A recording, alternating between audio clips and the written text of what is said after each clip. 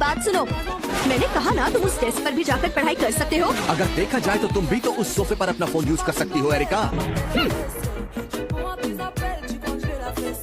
पर मेरा फोन तो मेरे पास है ही नहीं। मेरे पास भी किताबें नहीं हैं। वो 2 हफ्ते हमें यहाँ रोक कर आखिर हमसे चाहती क्या है? एरिका और नागी दोनों एक साथ होटल में रह रहे हैं। ऐसा नहीं है कि कुछ भी ना हुआ हो।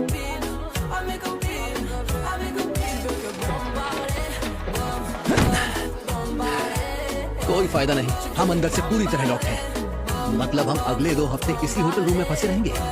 वैसे भी हम एक ही घर में अलग अलग कमरों में तो रहते ही हैं, तो कुछ खास फर्क नहीं पड़ेगा, सब ठीक ही रहेगा।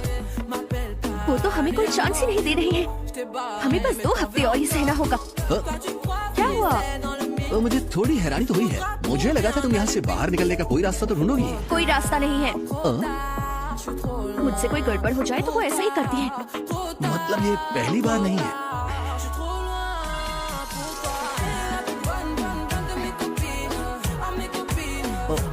चलो खाना खाते हैं।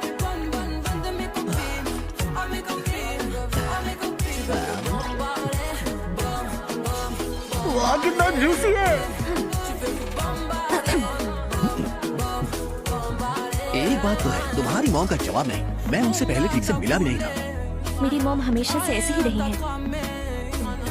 दिखने में तो शांत लगती है, लेकिन उनके दिमाग में कुछ और ही चल रहा होता है। बिल्कुल तुम्हारी ही तरह नागी। मैं तुम्हें ऐसा दिखता हूँ क्या?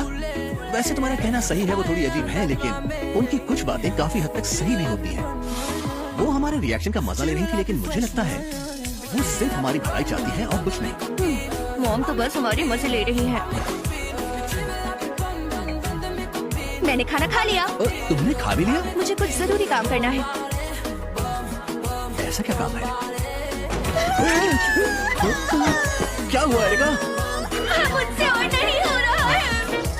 तुम आखिर कर क्या रही हो? नीचे उतरने में मेरी मदद करो। मैं जिस कुर्सी पर खड़ी थी वो गिर गई है। मैं गिर रही हूँ। मैं 3 तक गिनकर उठ जाऊंगी, तुम पकड़ लेना। 1 2